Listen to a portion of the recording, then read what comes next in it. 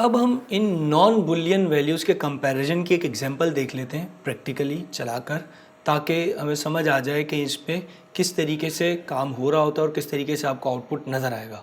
मैंने एक वेरिएबल लिया var a equals to 6, var b equals to 8, var c equals to a double and b। अब यहाँ पे मैं a पर कोई कंपैरिजन अप्लाई नहीं कर रहा हूँ, a equals to less than 45, direct a use किया है क्योंकि जो a है, अब डबल एंड ऑपरेटर है, डबल एंड ऑपरेटर को तमाम वैल्यूज़ ट्रू चाहिए, तमाम वैल्यूज़ ट्रू होंगी तो रिजल्ट ट्रू आएगा। अगर एक भी फॉल्स मिल गया तो वो वैल्यू फॉल्स रिटर्न हो जाएगी। अब यहाँ पर 6 न्यूमेरिकल वैल्यू है, 0 नहीं है, ट्रू में इवेलुएट होगा। 8 न्यूमेरिकल वैल्यू है, 0 नहीं है, ट्रू में कन्वर्ट होगा। तो तमाम वैल्यूज ट्रू होंगी तो जो फाइनल वैल्यू ट्रू होगी वो रिटर्न हो जाएगी, जो कि इस केस में 8 है। तो अगर मैं इसको यहाँ पे चला के देखूं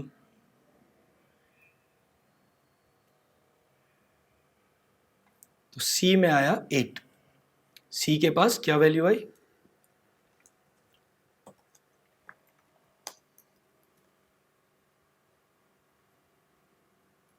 8। अगर यहाँ पे 6 में की जगह 0 कर दूं, अब क्योंकि पहला ही वैल्यू 0 हो गई है, एंड को एक भी फॉल्स मिल जाएगा तो वो फॉल्स कर देगा। अब 0 जो है वो फॉल्स है, तो वो जहां फॉल्स मिल गया वहीं से रिटर्न हो जाएगा, तो ये 0 रिटर्न हो गया। अगर यहां पे मैं रख देता ट्रू और यहां पे मैं रख दूं 0, अब ट्रू जो है एक्चुअली ट्रू है और अगली वैल्यू जो है वो नॉन बुलियन है। अब जब ये कंपैरिजन कर रहा है तो पहले ट्रू है, आगे जाके चेक करेगा क्योंकि सारी वैल्यू चेक करनी है, आगे मिला उसे फॉल्स, तो जो फॉल्स मिला है जहां फॉल्स मिल गया वहीं से रिटर्न वो वैल्यू रिटर्न हो जाएगी,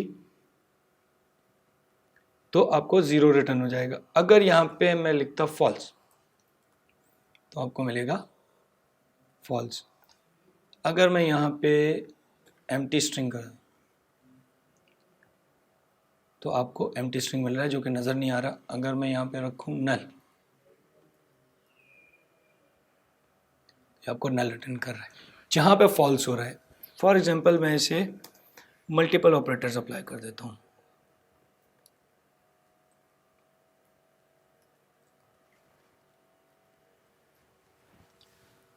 अब पहली ट्रू है, दूसरी फॉल्स है और तीसरी भी ट्रू है, लेकिन जहाँ फॉल्स मिल जाएगी वो वैल्यू रिटर्न हो जाएगी, तो आपको नल मिल रहा है। अगर मैं यहाँ पे रख दूँ 0 तो आपको 0 मिल रहा है। तो इस तरीके से आपको ये समझना है कि तमाम वैल्यूज़ कंपेयर होती हैं। अगर नॉन बुलियन वैल्यू कंपैरिजन में यूज़ हो रही है तो जो नॉन बुलियन वैल्यू फॉल्स करेगी एंड को, वही नॉन बुलियन वैल्यू रिटर्न हो जाती है आपके पास। यही चीज़ अगर और ऑपरेटर में करें,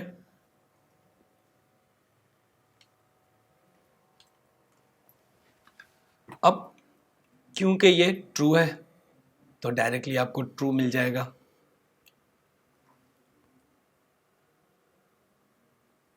सी में ट्रू आ गया।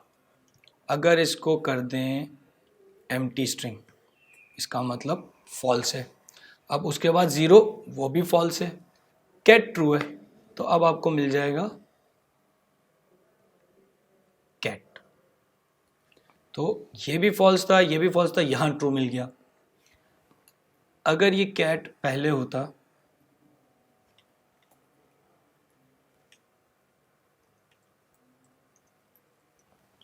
तो अब पहले फॉल्स है, फिर कैट मिल गया, यहां ट्रू हो गया, यहीं से चला जाएगा, 0 पर नहीं जाएगा, आपको फिर कैट मिलेगा, एंड रिजल्ट कैट है। तो ये कंपैरिजन आप डिफरेंट चीज़ों के साथ कर सकते हैं। फॉर एग्जांपल आपने कहा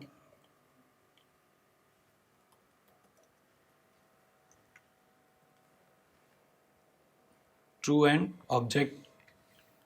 अब क्योंकि पहला ट्रू है और दूसरा भी ट्रू है, तो सारे ट्रू होंगे तो आखिरी वैल्यू रिटर्न हो जाएगी। ये आपको ऑब्जेक्ट रिटर्न हो रहा है। अगर ये पहला ही फॉल्स हो जाता तो आपको फॉल्स रिटर्न हो जाता।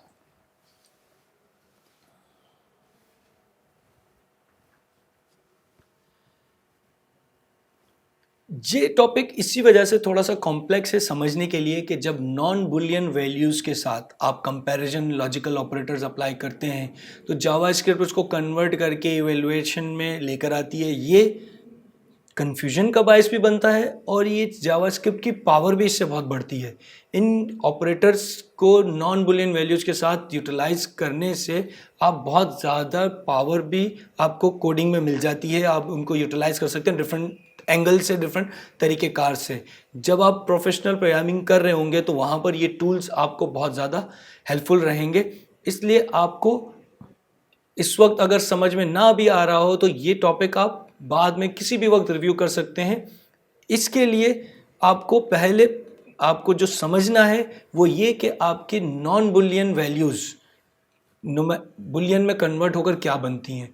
जैसे कि नल फॉल्स बनता है, एम्प्टी स्ट्रिंग फॉल्स बनता है, स्ट्रिंग होगा तो ट्रू बनेगा। तो पहले आपको ये पता होना चाहिए कि आपकी जो नॉन बुलियन वैल्यूज़ हैं उनकी बुलियन रिप्रेजेंटेशन क्या है।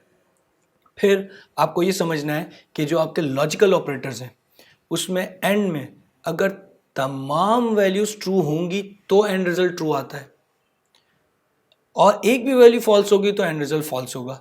तो इसलिए एंड के अंदर अगर नॉन बुलियन वैल्यूज होंगी और तमाम वैल्यूज ट्रू होंगी तो जो आखिरी वैल्यू है वो रिटर्न हो जाएगी। और अगर एक भी वैल्यू फॉल्स होगी एंड में तो जिस वजह से फॉल्स आया है, जिस वैल्यू ने फॉल्स किया है वो वैल्यू रिटर्न हो जाती है। यही और ऑपरेटर में कि और ऑपरेटर की जितनी भी वैल्यूज हैं उनमें से एक भी ट्रू मिल जाए तो ट्रू होता है। तो अगर तमाम वैल्यूज फॉल्स होंगी तो आखिरी वैल्यू रिटर्न हो जाएगी नॉन बुलियन के साथ अगर आप काम कर रहे हैं। और अगर एक भी वैल्यू ट्रू मिल गई, यानी कि आपने स्ट्रिंग कैट मिल गया, जैसे ही वो ट्रू मिल गया तो वो रिटर्न हो जाता है। तो आपके नॉन बुलियन वैल्यूज किस में कन्वर्ट होती हैं, लॉजिकल ऑपरेटर्स किस तरीके से काम करते हैं, ये अगर आप समझ जाएं तो आपको इन ऑपरेटर की यूटिलाइजेशन समझ में आएगी और आप इसको बहुत एक्सटेंसिवली यूज़ कर सकते हैं प्रोफेशनल प्रोग्रामिंग में आगे चल के।